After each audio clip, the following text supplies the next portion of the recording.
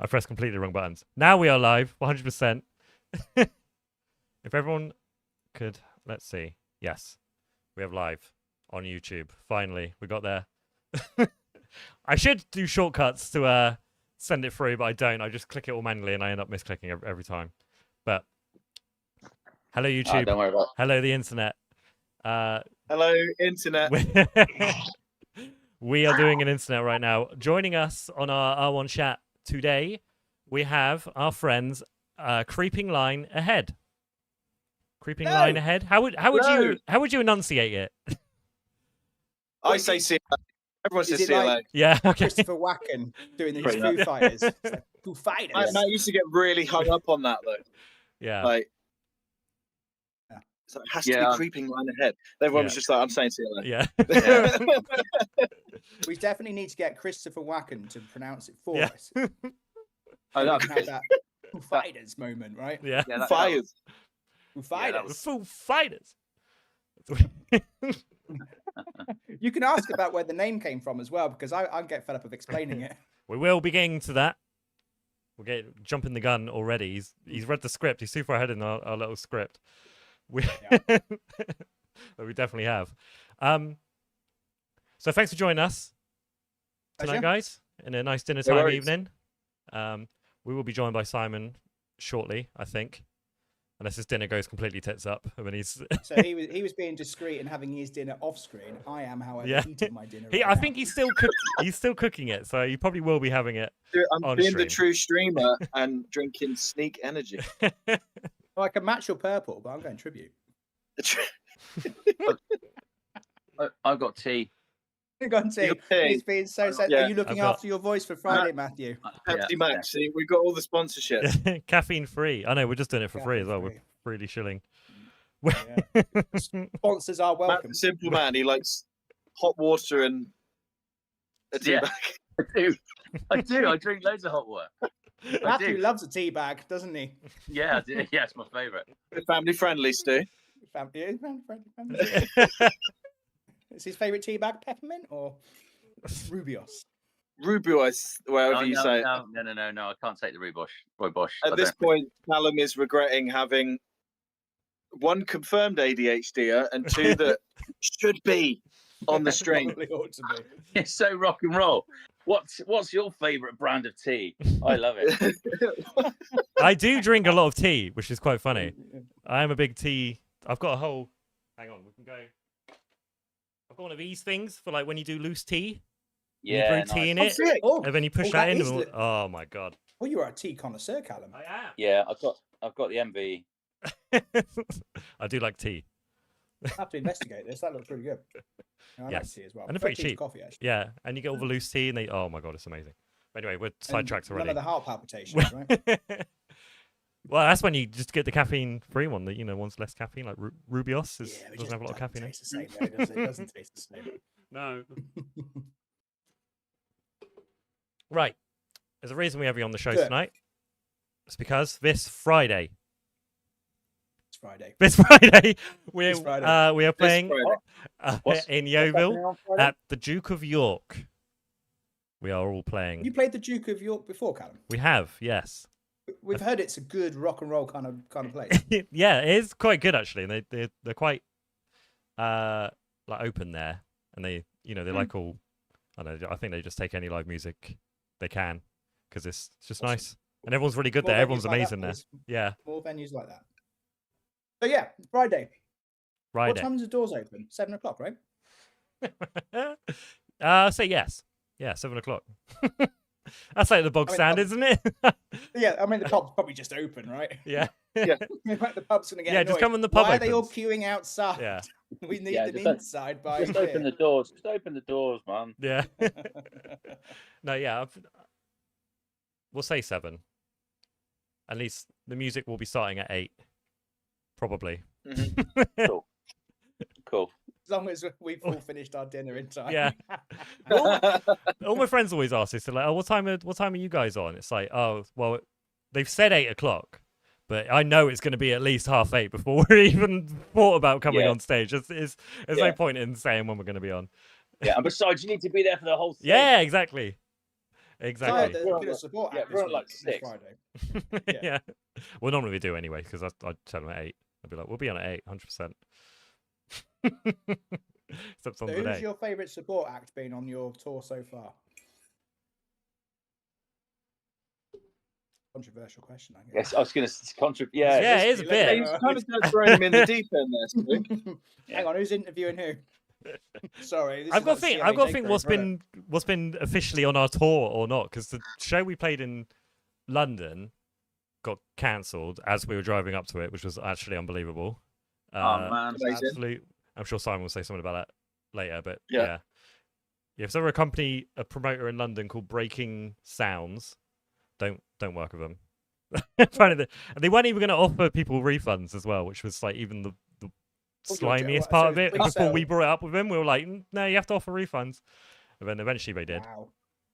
that's mad, isn't it? Some of these, some of the London guys are quite sort of tricky because they kind of dangle a thing like come up and play, but Yeah, if you don't sell enough tickets, we're going to pull it.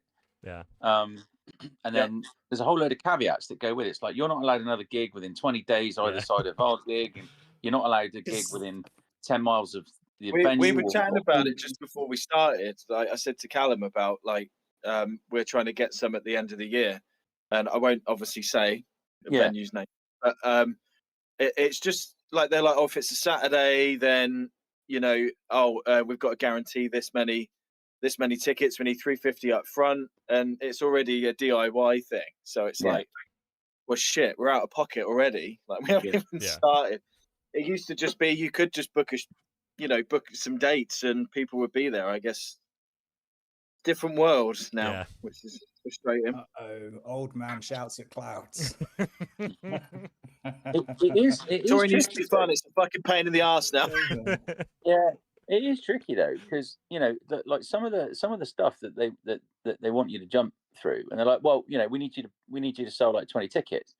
Well, we're nowhere near London. We're never going to sell 20 tickets in London. What are you talking about? How is that supposed to happen? If we get you with one of those spinning signs out the front of the venue, yes, or the flailing arm man, then yeah.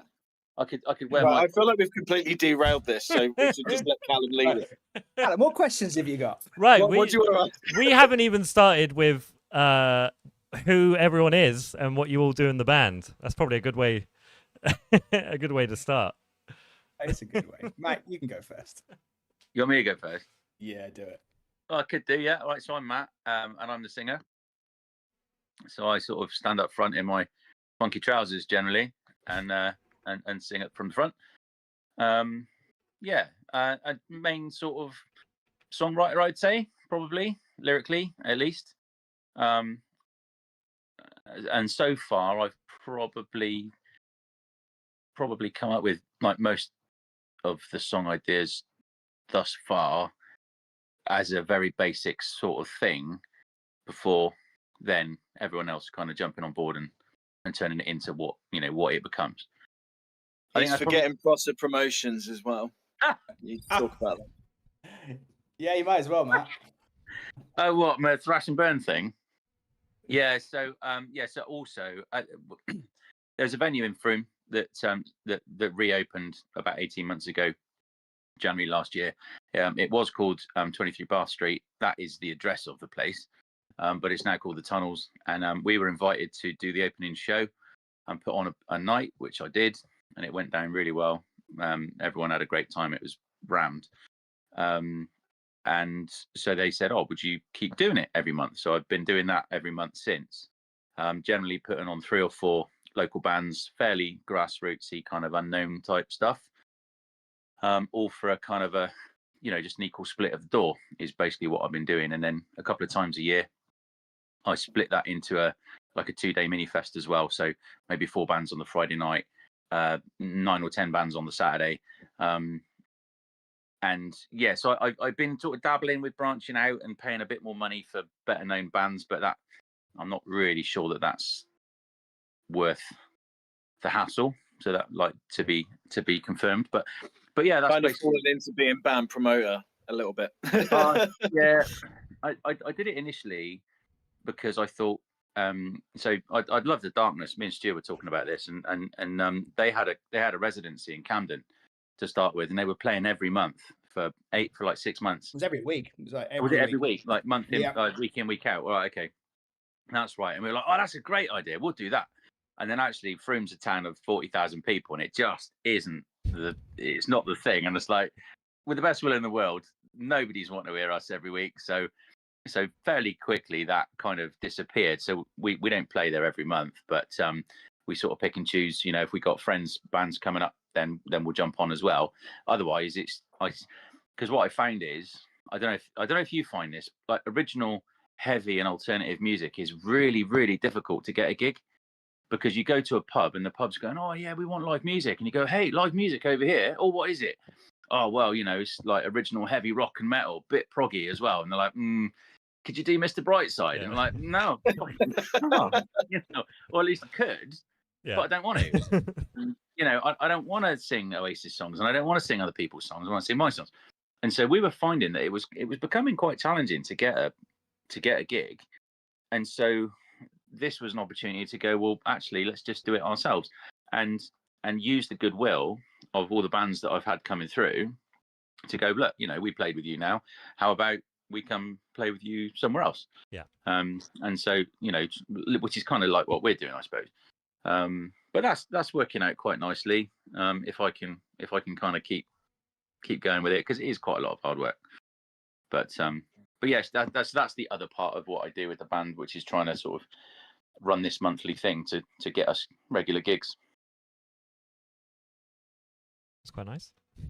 Christian, A good you thing. next. I I'm following up thought, looking at the order, it was going to be you next. Does it mean? So I'm Sturge or Christian, either or, I don't mind. And I play bass, help out with writing, and generally annoy the guys with wanting to put in too many weird time signatures. Rhythmic feels that we can't dance to.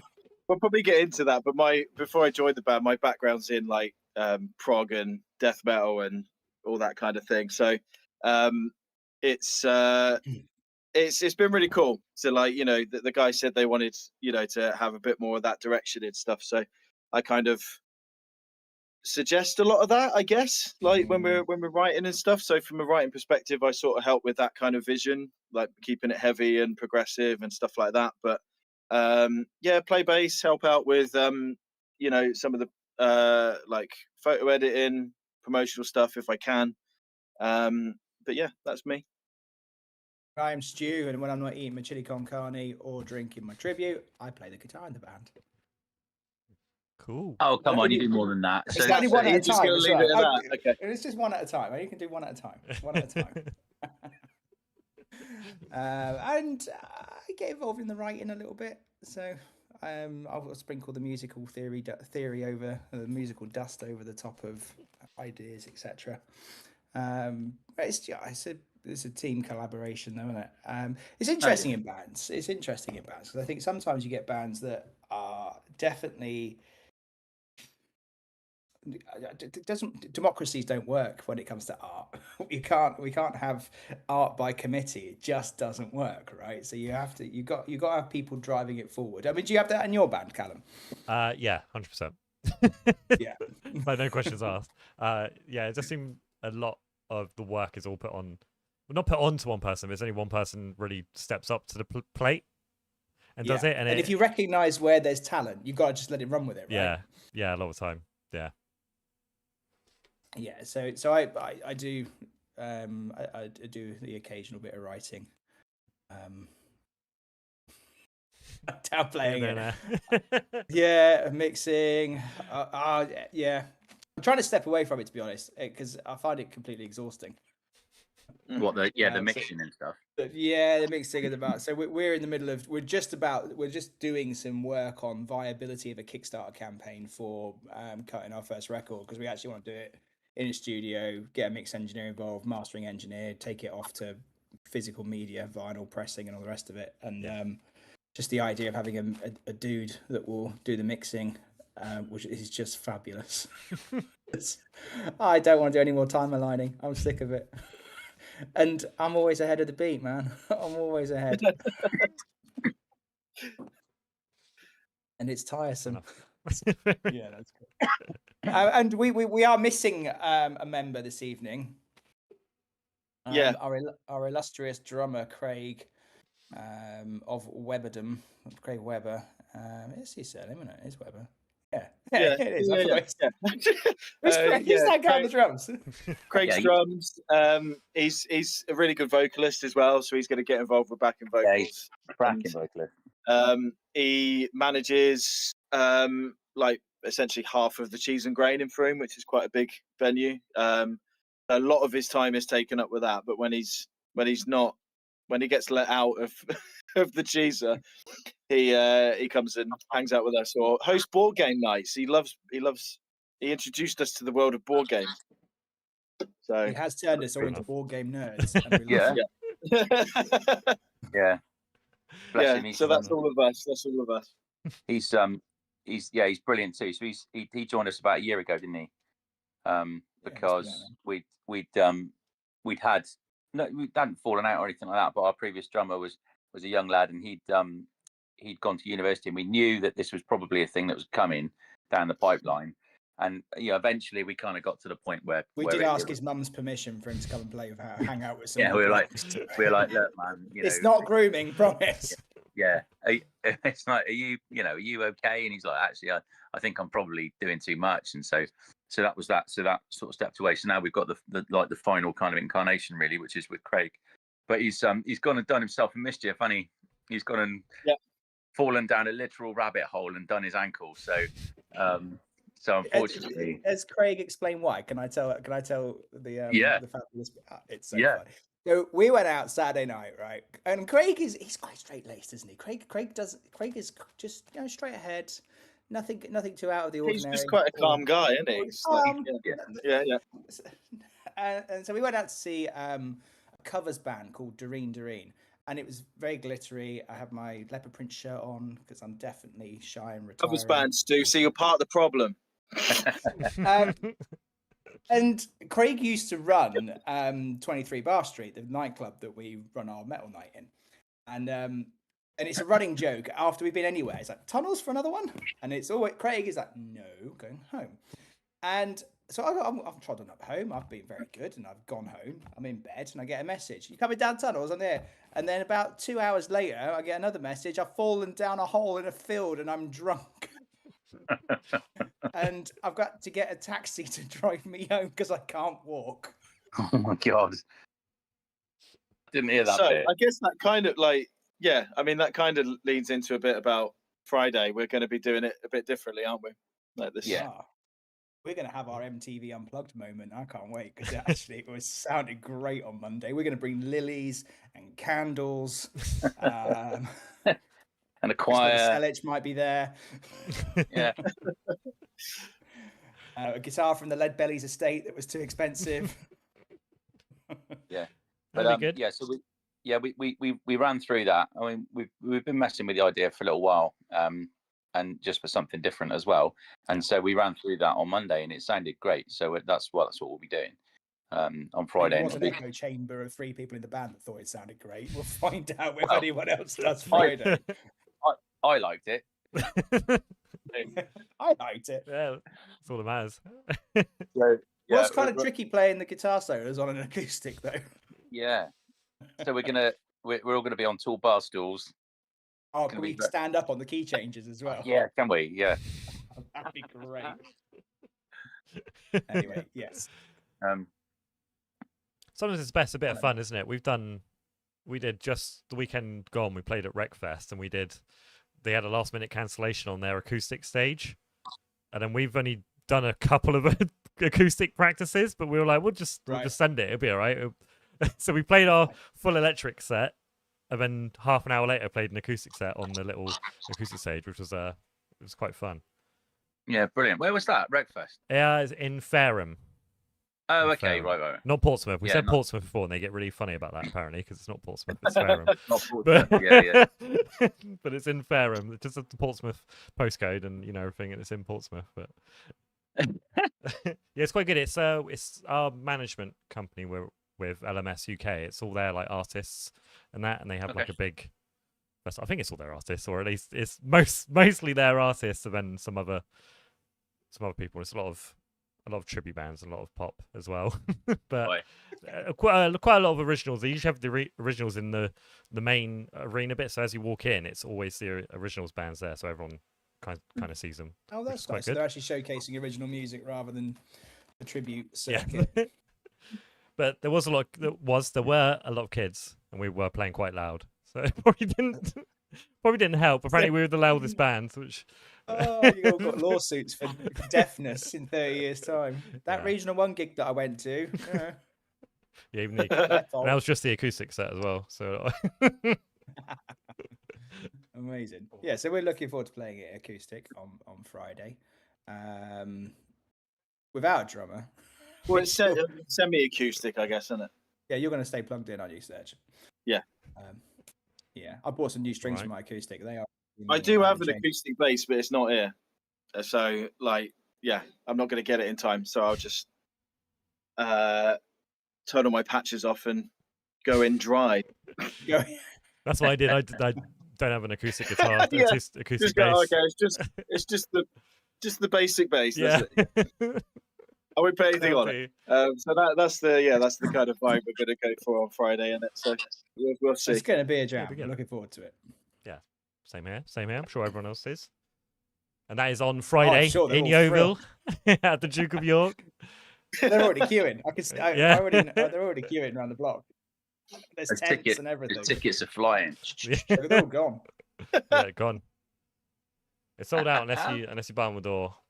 Well, we'll definitely let you in.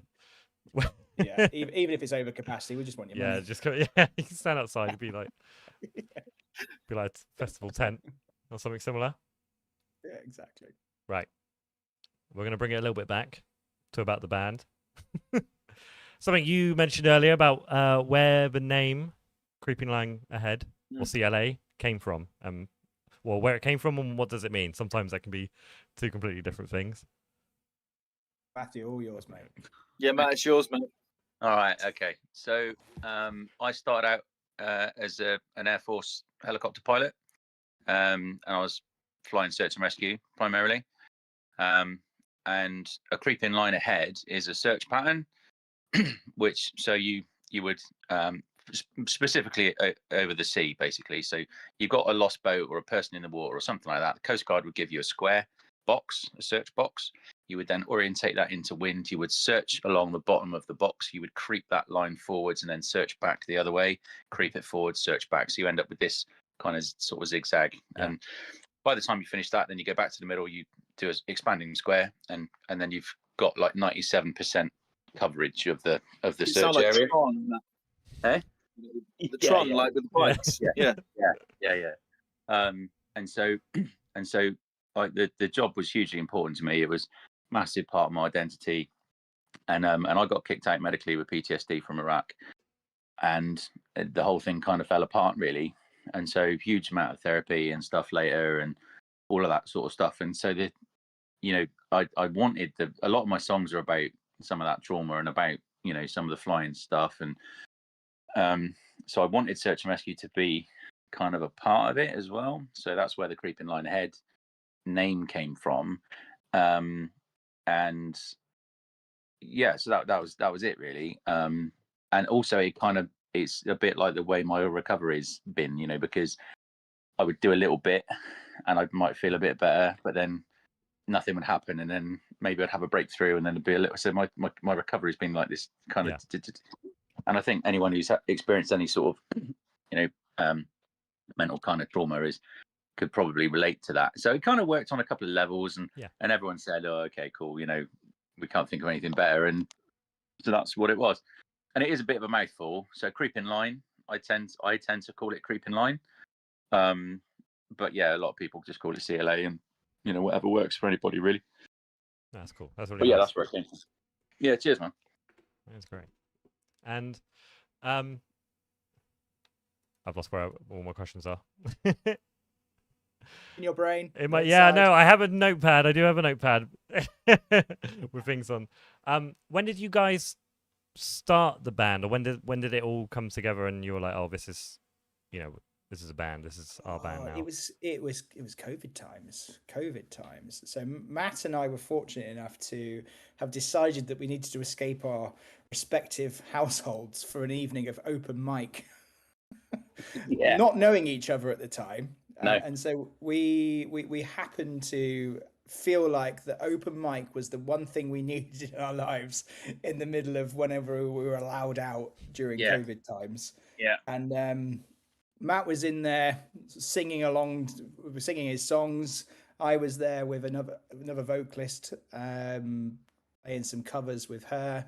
And Matt, I can't remember whether we actually played together or not, or whether it was literally just like I enjoyed what you were doing musically, and I know that we kind of had a mutual appreciation for what each other were doing, and then we happened to be walking home the same direction, 4 pints in, and go, yeah, we should do some music, man. Yeah, you should. And then we totally actually start a band. Did we? and then we actually did. Did we just become best friends? Yeah. So a couple of 40-year-old blokes, both chronically depressed, have gone, actually, we should do something, and have actually done it. Yeah. Which I think is quite amazing, really, because the amount of people that would probably just go, oh, yeah, we should do that, and then just do nothing about it. Well, we met up, didn't we? Like slightly awkwardly, during the week, like the following week, at your old office. In my office. And like, because of course it was all still locked down, wasn't it? So, I don't think we were in breach or anything. Or we come out at that point? That must be. We were out for a while. We were out. I think it was. Otherwise, the open mic wouldn't have happened, would it? Yeah, well, I think we were in the middle of Eat Out to Help Out. Like, that was a good idea. That's what it was. Eat Out to Help Out. What a Boris. What a great idea that was. Legend. But yeah.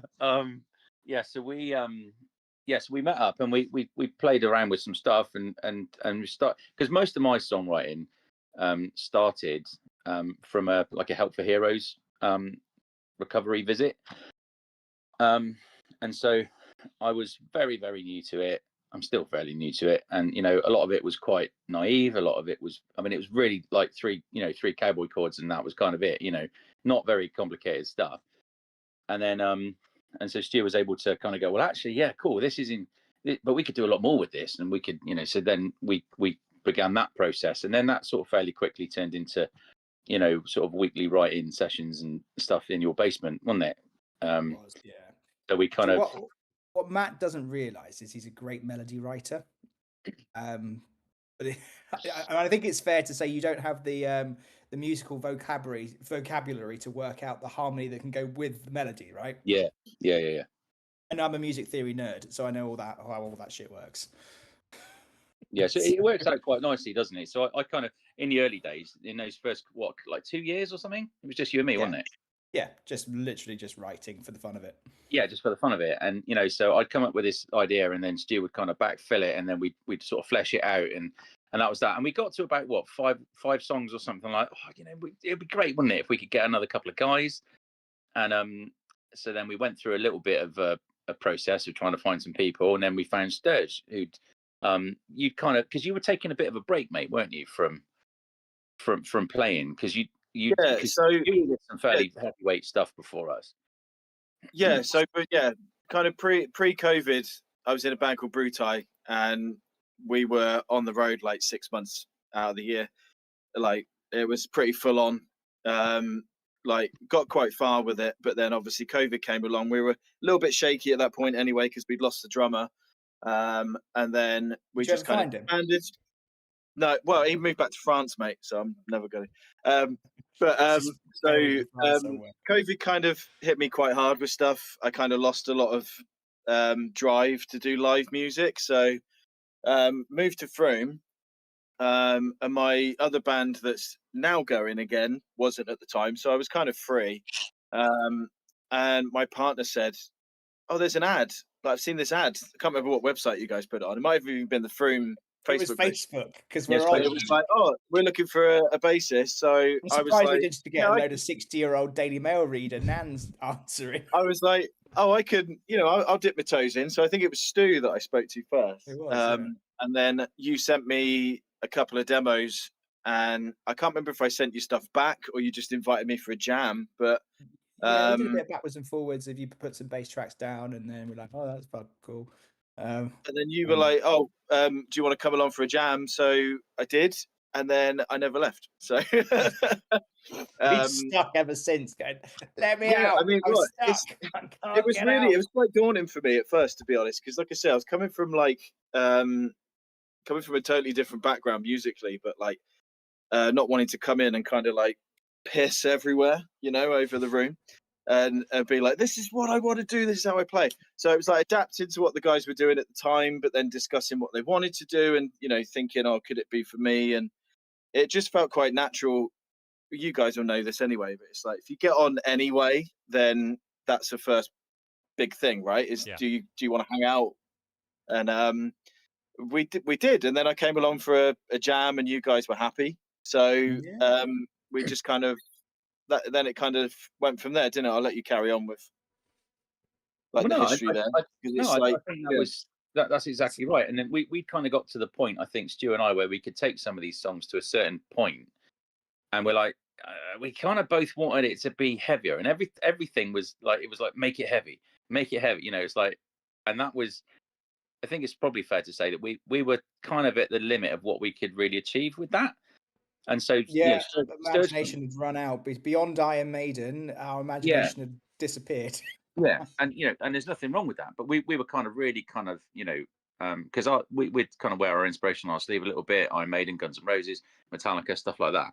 And we're like, yeah, but we kind of want this extra thing. We don't really. So when Sturge come along, we were. I was like, have you guys heard of Meshuggah? Yeah, and So, he was yeah. like, do you mean like this? Yeah, but I think we kind of Here's some landed rhythms no one when can it was dance like, to. Let's have those.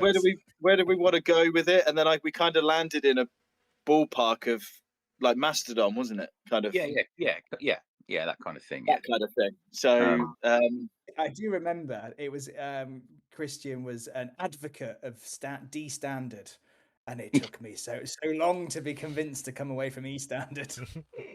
you know, I'm still pushing for C, you know that, but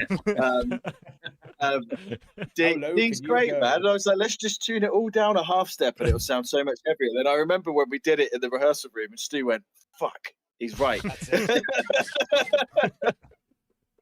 So, but that's the thing, isn't it? Especially when you have new members join, or you know, you're joining a project that's already well established musically, like these guys were.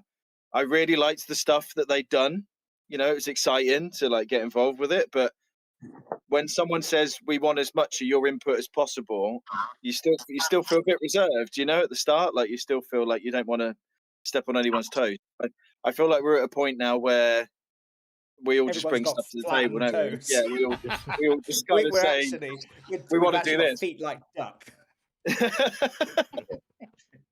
But it was. But we said right from the start, didn't we? It's like, you know, everything's welcome, whatever you want to, you know, whatever you want to sort of do or say or anything like that. And that's kind of how we've really trying to, you know, just, you know, really live that. And so everybody's. But I do think as well, like obviously you said about like the history with, we had Alex with us for when I was with you guys for like 18 months or something. Yeah. But he where he was developing, and he's now in Hollowkin, which is a metalcore band. He was like a metalcore drum. You could see him becoming a metalcore drummer in our band, but it wasn't really fitting. But I think that at the same time kind of drove us to be heavier at the same time. I think Alex did actually help with that. So, and then, yeah, like you said, we landed, Alex left and Craig joined, and then suddenly we've got a funk drummer. So it's and it's great. Is that to relearn double kick just to play with us? But yeah, so it's been good. And was it always the vision to go heavier, or was it something when as you worked things out, you just realized it just needed to be a little bit heavier? So when we started, Matt and I, we didn't quite know what the sound was, and we played around, and I was listening to some I was getting into some blues stuff at the time, so I was like, oh, could it be a bit bluesy? Because I quite like some of the John Mayer stuff. Mark Knopfler's my guitar hero. No one can touch Mark Knopfler. Totally not our genre at all. And so it took us a little while of just playing around with different genres, and eventually we were like, oh, we just need to make this heavy. And it was literally a running phrase, make it more heavy. Yeah. Every time we recorded something and listened back and went, make it more heavy. More heavy, yeah. We could have put it on a t-shirt, actually. Yeah, Maybe we should. Maybe we should make it more heavy.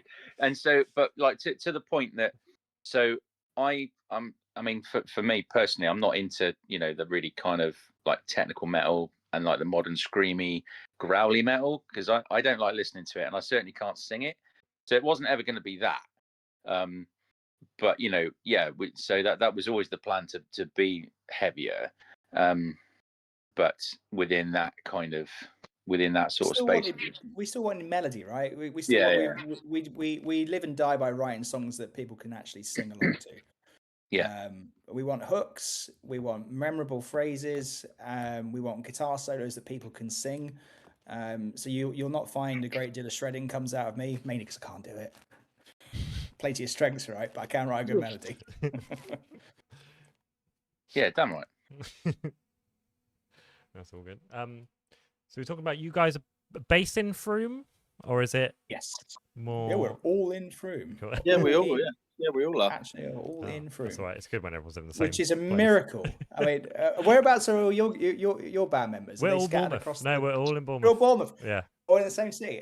Isn't it genuinely amazing finding members of a band that all live in the same actual place? You know, the amount of other bands we have on here, and they say, "Oh, I'm here, I'm from here, and I'm from here," and it's like we have to drive like meet in the middle and drive 40 miles for practice. Yeah, it's no, like what? It's so weird. Wow. Well, I suppose if it works, you know, with your bands and it's working out for you, I suppose it's can't fault it. No, we are delighted that rehearsal's 2-minute drive down the road. It's fine. Oh yeah. Because we did, to start with, we were doing a bit of driving, weren't we, to try and find rehearsal space and stuff. And of course, when Alex was at uni, we were going up because he was, you know, he's a young lad. He's got, of course, he's not got any money because he's, you know, so we were going up to him to do rehearsals up there. So we were spending quite a lot of time trucking about initially. But yeah, we got a little studio in Frome now, haven't we, that we go to, and or you know we'll hang out in in like Sturge's garage or Stuart's garage. Honestly, it's something I take for granted a lot. I don't really ever think about that, but like, yeah. I mean, it might smell of armpits, but it's near. Yeah, can be a bit ripe. Oh God, there's a rehearsal studio we tried once in Melksham, and it looked like something out of Resident Evil, didn't it? Oh my God, yeah. It's an actual murder scene. You have to wear like a hazmat suit, like to go. Oh, there was plastic sheeting down the corridor walls. It was at one point it insane. was like something out of American Psycho. Do you remember that sofa that was in there? That like leather sofa. It kind of got up and walked off by itself, didn't it? It was soaking wet. It was just always wet. It was really weird. There's a chance I had AIDS. Horrible. Don't touch anything. Don't touch it. It's like taking your kids into the toilet, isn't it? Don't touch anything. Yeah. So how else is the music scene up in Frome at the moment? I mean, if you're into basket weaving, it's getting better though, isn't it? It is getting better. It is getting better. Like Cheese and Grain's got who is it? Alien Ant Farm and what's the other one? Not Disturbed. I'm just loading them up. I can't bloody remember. Anyway, they've got Snot, haven't they? Is their support? Drowning Pool. They've got Drowning Pool. Drowning Pool, that's it. So you're getting some heavier stuff at Cheese and Grain, and honestly, I think because of Matt and like our collective kind of friends that we know, and that like your nights are taken off, so which is really good, and like it is. I think there are metalheads here, aren't there? There's a lot of punks as well. You've got quite a few big punk bands. Yeah. So yeah, it's getting there. They've also there's a thing that Cheese and Grain are hosting called the Little Pickles Market. I'm intrigued to see what that's about too. Okay, all right, brilliant. I think it's nice to see somewhere with it growing again, because like my hometown's Reading, and Reading used to have probably one of the best metal scenes like in the country back in the day, but there's like one venue now, like they've all shut, and it's so shit. So it's nice to see places like Bournemouth, I probably shouldn't say Southampton, should I? Bournemouth doesn't like Southampton. No, I think it's Portsmouth um, and Southampton. I think we're right. Yeah, Oh, is it Portsmouth? yeah. You're right. Yeah, you're We right. just Yeah, have you're to right. fall further along the coast. It's Southampton, yeah. fine. I mean, they're doing it. London, I don't really know, but like, yeah, it's and obviously Bridgewater, you've got Cobbles and that in it as well, and I think There's enough going on we're kind of around, isn't scattered around, aren't we? It's kind Yeah. of scattered, but it is there. You know what I mean? So, Do you guys get in, Callum? Do you guys get into the Bear Cave a lot? Yeah, well, we did up until recently, but we've been going more with Anvil for a lot of the side, because we just prefer it a little bit more in Anvil. So like, and it's a little bit of a smaller room, and it looks more full a lot of the time. You know, when you can only get like, even if you have 20 people down there, it looks like really full in Anvil. So it always looks really good down there. Anvil's so well known as well. It's like I've heard that name for so long now. So it's it's been there. That's a cool place. Do know how long it's been there. It's been there since I turned 18, which was a while ago. It was like 12 years ago now. And then, but then, oh, he's just a young lad. Yeah, and then Bear, then obviously Bear used to be the manager of Anvil when he opened up his own venue, literally across the road, which is quite hilarious. You know, and, but Bear Cave's been going pretty good, and it is quite good down there. We can get in. Yeah, because I think we played together at Bear Cave, didn't we? With that was the last time we played together. Yeah. And we've got someone else there as well. I can't remember. Sorry, it was Black Orchid there was Empire. Someone else as well, wasn't there? Black Orchid Empire, wasn't it? That was it. Yeah, I knew those guys back from London days. So yeah, that was cool. Yeah, and then we played again. We did Metal to Masses, didn't we, together?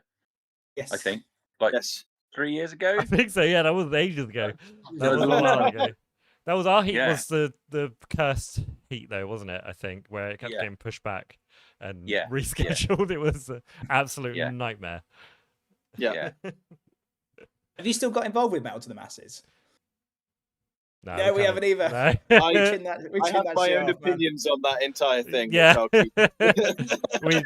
we do as well. We started going away from band competition things. We recently did one for Teddy Rocks as well, and that was in the Bear Cave. And then, but that was for the last year's one, I think. But even then, it was just, I don't know, it all just seems a bit crap. And it's for them, it's like it's a free show for the venue, isn't it? You know, we don't get paid for it. And then sometimes they didn't even let us sell the merch or whatever. And it's like, what? It's kind of a pain in the ass. Like, we wouldn't be there if it wasn't local. Like, if it wasn't literally down the road for us, probably. Yeah, but also then, you know, what there's that kind of piece, isn't there, about, well, if you don't make it through, what, you know, does that mean I'm crap? And then, you know, there's that. It's like, well, and it's not. It's just not true. It's like, I know that we're doing something decent. I know that we sound good. I know that we've got interesting songs, and I know that people like them. So actually, do you know what? I don't need to go and put myself in front. I think it's better to do it off your own backs. I really do. Like, for sure. And also, it is almost like pitting the bands against each other, and it's not a healthy Can I say competition. A story when it's like 16 years old? Can I? Yeah. Hey? Can I? What's that? Can I say a story when it's like 16 years old now? Yeah. What story is that? Enough time's gone past about Flight of Eden in the finals? Oh yeah. I don't know. This will be interesting. Mo got to the finals in Reading. I think it was one of the first years they were doing it, and Mr. Hall, should we say, was there, and he's the main guy. And we were up against Confessions of a Traitor and two others, and the crowd were like we'd won. We had won. Do you know what I mean? Like, the room was ours. And then right at the end, they said Confessions of a Traitor go through, and then we found out that one of the band members was the main guy's niece. Right. So from that point on, I was like, It sort of leaves a sour taste, doesn't it? It feels that's a long time ago. Obviously, we tried it again, and I was like, "Yeah, cool. I'm cool to go do it again." And like, it still, I still had that feeling. Do you know what I mean? And that kind of soured my taste of the whole kind of Battle of the Bands thing. And it is I don't really ever think it's very fair. Do you know what I mean? I don't think it's actually who did the best. I think there's a lot more going on that we don't know about. Do you know what I mean? I think Callum's point is really valid as well about this pitting bands against each other, because actually we should be in it together. We shouldn't be up against each other. We shouldn't be you know, regional one are in that corner and we're in this corner. We don't really, you know, it creates an edge on the night, doesn't it? Yeah. But that's partly why I'm doing my thing with this Yeah, nights that I do, because then I'm making loads of friends with different bands at the minute, and like they're all really on side. They're like, oh yeah, that was a great night, and there's no animosity and there's no kind of thing. And, is that how and we met you everyone's- guys, Callum? Where did we? Yeah, it was Melt to Masses. It was, wasn't it? Cobblestone. I Yeah. Melt to Masses, yeah. think But so. then you don't. Yeah. Yeah, 3-4 and then it's years not. ago. Oh, we like those guys. Let's play again, and that's Yeah. how it should be. Like not. Yeah. Yeah. Especially when like, it should So no, be. It should be like we're playing to be. We're playing our best, so then you should be trying to go up to your level, kind of thing. So we're kind of use in it as a healthy inspiration, right? competition. Yeah, exactly. It's like we've played well. Now you guys play well, kind of thing, or they've played really well. Now we have to play really fucking well, also, which is a bit more fun than just being like, oh, we have to play well, otherwise we're not going to get into the play Teddy Rocks. Too old for it. Too old. Just don't care. Just don't care. It is very difficult though to get a foot into some of those things, isn't it? Like with the bigger festivals and stuff. Trying to get yourself into that next sort of level up. Yeah. Of so you got like pub gigs, and then into like little festivals, and then trying to get into something like, I don't know, Southwest Heavy Fest, or Arctangent or something like that. It's brutally hard to get noticed. Mm. So I guess I know why it is. It's because promoters don't know where the reply button is on their email. well, yeah, Nor do maybe. booking agents. In fact, actually, they have a special version of Outlook where there is just no reply button. It's like BMW drivers but with indicators. Okay. That's why it's really hard. Yeah, Because manners. It's just mainly lack of manners in the music industry. Tricky. We apply for every festival in possible, basically, and the only one which has ever got back to us was Download, and they just said, yeah, we're not accepting at this time. That's the only time we've ever heard back. They've got the industry reply yeah. It's the only time we've ever had a promoter reply back without them saying, we can put you on for blah blah blah. Oh, that is hilarious. They've got the monopoly on the reply button. Yeah. Yeah, Matt. Do you know what I'm going to do? I'm going to make an OpenClaw AI agent and give it access to my email, and I'm going to spam all of the promoters and all of the agents on repeat forever until the agent goes, I've had enough of this, which will just blocks you. Yeah. Yes. He's going to sign up for new domains all the time, constantly. You have to reply to unsubscribe. I get your point. It is a frustrating thing because like a lot of venues are struggling, and it's like we want to go play. Like all our bands want to go play, and they don't. It's just unorganized, and it's like, but this is kind of why you're failing. Like we're trying to help, and there's no organization. Like the will's there, right? The will from the bands is there, like because I've got an email list as long as my arm, bands wanting to come and play my show, and I say to them all, I say, look, I don't know if you're going to make any money because it's literally an equal split of the pot. So if nobody's there, nobody's getting paid. I'm not getting paid. Nobody's getting paid, and because that's not what I'm doing it for. It's literally an equal split, and everyone's like, yeah, cool, man, that sounds great. And so, generally speaking, I think the very, very worst night I've had, I think I put it on, and each band got about 38 quid, which makes me feel pretty rubbish but they knew that, and they were totally fine about it. Yeah. And I had bands come along and go, do you know what? Keep it. Stick it towards some advertising. Stick it towards some leaflets. And that kind of goodwill. I mean, you can't buy that really. No. But the hunger from bands to have a venue to play, like with a stage, with a good sound system, in a place that isn't going to be like, oh, can you keep it down because Mrs. Megan's in the corner, she's not really enjoying it. It's really Wonderwall. Wonderwall again. Hi ho, Silver Lightning. Hi ho, Silver Lightning. Get it on. Yeah, it's tricky. It is tricky, but yeah, and finding the people who also want to go to live music and gigs, because I think a lot of people are almost, I wouldn't say scared, but they don't want to go to a show and without knowing any of the bands at all. It's kind of hard to find. You need to find those people who have at least seen a band, or they got their friends, or people who are just willing just to go to a venue randomly on a on a random night and go see some bands, which is That's why support acts are so important. They bring some Yeah. people, and then you got to lock them in the room. They're not allowed out. Yeah, until not the allowed act out. is finished. They have to buy a Yeah. T-shirt and a CD from Got a all the special bands. wristband that We- says yeah, you're you not know going that- anywhere. Hey, is openers fill in the room and then they fuck off. That's my. That is Yeah. no. That is bad. Bands don't do that. Stop it. You must stay for the full gig. Yeah. I think we've done that for It's- every gig. That's something we do for every. I think it's one gig Yeah. we've had to leave because it was like we would work at 7 a.m. and it was a huge slog. We were like, but even then we tried to stay for as long as possible at every. Yeah. Yeah, because we're all in together, right? We've got to support each other. Yeah. And we get a free gig. That's a free gig for us, basically. We get to watch everyone else. for Yeah, free. exactly right. Exactly. And we all love live music, otherwise we wouldn't be doing it, would we? Exactly. Exactly. I've never seen more bands ever since being in a band. I've That's it, like, seen hundreds of bands. I've been there. Right, we are coming up to the hour mark, so we could do a little wrap up. Final question, if you so Yeah, cool. please. Even though Yeah, Simon something's happened with his dinner apparently.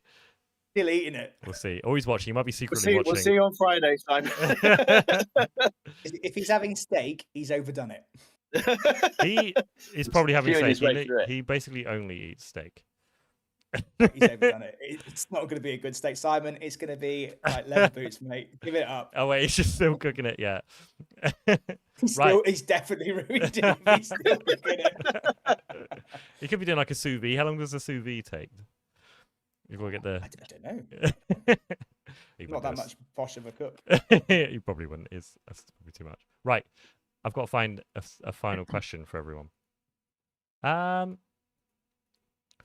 let's go with this one. It's kind of what we've been talking about a little bit in the moment. What would you say is the hardest thing about being a musician? Having no hair, being in a metal band. I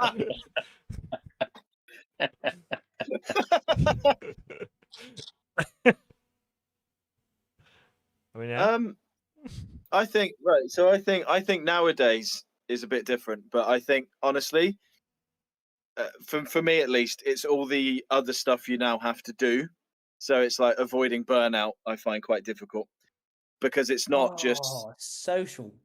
It's not just like it used to be where you go, oh, I've got 3 gigs booked this week, it's gonna be fun, and that was it. You just chuck some posters up and they'd be full. Like now it's you've got to be a social media influencer, you've got to do this, you've got to do that, and like it's like create content. well, and it's like back in the day, I remember like a lot of players that I know, like they'd get endorsement deals just by being, you know, having a drink with the person who owned the company, and they just vibe, and that was it. And then they're like, you guys are great, so let's do that. And now it's like, how many followers do you have? How many reels do you do? Yeah. How many hits do you do a month? And it's like, so I really feel that because it's like, I feel like you're constantly pushed to do that when I don't really have much interest in social media. I know it's part of it, and I know you have to do it, but I find that quite difficult. You know, I think that's one of the things that I struggle with the most. Because if I'm not on like an ADHD hyper focus, then I won't touch it for like months, and then I'll quickly do loads of content, and then I don't touch it again because I burnt myself out. So, how do you find I'd say that's one thing I struggle your with. content, I think, How are you guys managing that? Well, we're with LMS, so they help us a lot with a lot of our social media stuff. They give us content plans and things to do. Obviously, we still got to actually make the content, and like half, we have the whole content plan, and we only implement about half of it on a good week. Is a lot of the time, but I think having that plan and hitting, which I think we try and do 3 posts a week, and then try and do the reels, and it's just trying to bring constant stuff out and almost having a reason to post, because there's no point in just posting nothing. Well, do you not get sick of watching bands post on Instagram, and apparently you're being so lucky because the algorithm found you? So fuck off. Well, I've completely staved off social media completely. I don't use Facebook or Instagram or TikTok anymore at all. I literally have it on my phone for the band when we need to make a band post or whatever. That's literally the reason I have it on. And for messaging. How much better is your brain for this? So much better, honestly. So much better. And productivity gone up a bit? No, I still have Oh, no. I still have other vices and things. But it probably has helped because I'm not so bogged down from all social media stuff now after seeing loads, and I feel like you kind of get more creative. I know obviously you see other things and get influenced and stuff by it, but I feel like being dug in that hole, I have to just try and come up with something. If that makes any sense, you know, and yeah, it's weird when you don't look at social media and your brain turns off for like 3 hours or whatever, and now now I actually think about things. Look, I'm not under attack. Yeah. Brilliant. Yeah, I think that's probably similar for me as well. Like the promotion side of things, trying to self promote. You know, we had a couple of times where we worked really hard. We've done this song and we've we even made a video for it, and we push it out. And we're really proud of it, and like 3 people see it. Because what you've forgotten is that actually for the 6 months previous, you should have been doing reels every 3 days to prepare the algorithm because then it goes, oh, you haven't done anything, so we're not going to show anyone this. And that's really heartbreaking because because like it's almost like your content is in the in the comments somewhere. You made this stupid reel about how fast can I eat a carrot or whatever, and then your song that you've bled over is like 3 comments down in the thing, and I hate that. I find that really depressing. There was another thing where we did. So we do have a TikTok. We don't really mess about with it very much, but we did 3 or 4 really serious videos about like these are our songs, playing them live, working really as a kind of a studio recording kind of thing. And each of those have got like 250, 300 views or something like that. And then we decided at the end of that to kind of go, oh, let's do. It was a Nirvana track. I can't remember what it was, but we all basically stepped 1 to the left. E minor G, E minor G. It was simple, right? Well, yeah. So I picked up the bass. So I was playing the bass, which I can't play. The drummer was playing the guitar, which he couldn't play. The Sturge was playing. I can't. But anyway, and then I was singing, which is a terrible idea. Sort of a bit tone deaf. So he's singing, and it was awful. I mean, it was fun. We were having fun. Fire. But all of a sudden, like 3,000 views, just like that, and we're just asking about. So, and you think, well, what am I doing? What am I doing? I'm not even singing my own song. I'm singing someone else's song badly, and it does better than my own songs. So I think I find that the hardest about the whole thing at the moment. And then for me, I don't have a huge amount of energy anymore. Like with the PTSD and the depression and stuff, it still hits me really hard. And then I have to really kind of like manage my spoons, And so if I'm doing content stuff and Facebook nonsense, I get really worn out. And then I think, oh, I really want to have a go at like writing something new, and I just haven't got the energy for it. And so that sort of sucks too. I think that's probably the hardest thing for me musically. Controversially, the hardest bit I find is not being a really good looking, easy on the eye female. Because if that was the case, problems are all over. I mean, yes, we'd have an audience of 50-year-old overweight bald blokes, but if they're buying, they're buying. Yeah, they're probably all buying records, aren't they? Yeah. Actually, do you see there was a dude on? He's managed to create himself an AI alter ego female, but he's put her on OnlyFans, and he made £43,000 in a month. Oh, I read about this. So he's acting, isn't he? And then he's got this AI skin. That's crazy. Yeah, weird, man. Well, guess what I'm going to be doing on the weekend? Yeah, you've got not thing now. There's loads of videos popping up of people, fake girls playing guitar now, and it's loads of it's on genuine. Instagram. And it's the objectification of women. It's disgusting, but apparently that's what you need if you're in a rock band to get forward these days. I did see a really funny one. Have any of you guys seen that? Like, he's like a really stereotypically handsome guy, curly hair, tattoos. He's got a lovely embroidered or something custom Ibanez, and he's got a girl next to him, and he's looking really moody. He picks up the guitar from the bed and starts soloing, and that's like POV, what you're like when you're a lead guitarist. And then another guy did it, and It's the same thing. He's laid on a bed, and it's two like fat guys that play in like a hardcore band, and he just turns around and starts chugging the low string, and the other guy's like rubbing his belly, and that just really got to me. Yeah, it's so true. It's just So it's almost like it's flipping now, isn't it? It's like you can be more fun, and that gets you further. Because I remember for a while, I mean, there's loads of people rejecting it now, isn't there? But there was like, especially in like the tech metal scene, there's like loads of these ridiculously over-processed, over-edited guitar players that like blew up, and now people are rejecting it and going the other way, and it's fake, isn't just, it? It's complete it's just like it's too much, it's too so. Man. So basically, Matt needs to get his belly out. And we should all now. Right, yeah. I'm just thinking, Callum doesn't need to see that. What kind of things are you struggling with, Callum? Yeah. With what? The band. Being a musician. I think landing shows is a big one, and making sure everything goes off without a hitch. I know, and just try and find the time for just writing music, because at the moment we're trying to start. We're starting on writing a whole album. We've got a few songs down, but we keep butting heads on what we want to do, and it keeps changing, going round and round. Yeah, we're kind of like chasing our tails a little bit, and then eventually we try and find a middle ground, but sometimes the middle ground's not what we want. And I think a lot of people, a lot of us in the band, don't want to let go of what we've made, and we're trying to find it hard to, I don't know, just write songs at the moment, and finding the time to write songs. Yeah, it's gonna be.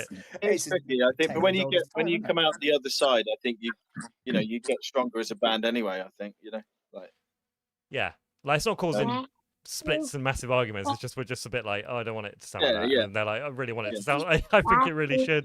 And we've only written like 2 songs. There's still like 10 more songs we got to do, and we're kind of getting hung up on. It's a real backwards and forwards, isn't it? Because the first time I've ever truly like written a full song was in this band. Like I normally just wrote parts for the song. What a song it was as well. Skinwalker, everybody. Go Skinwalker. On Spotify. Yeah, go and check it out. Link below. No, and you can't purchase it on Bandcamp because we can't be asked to create a Bandcamp.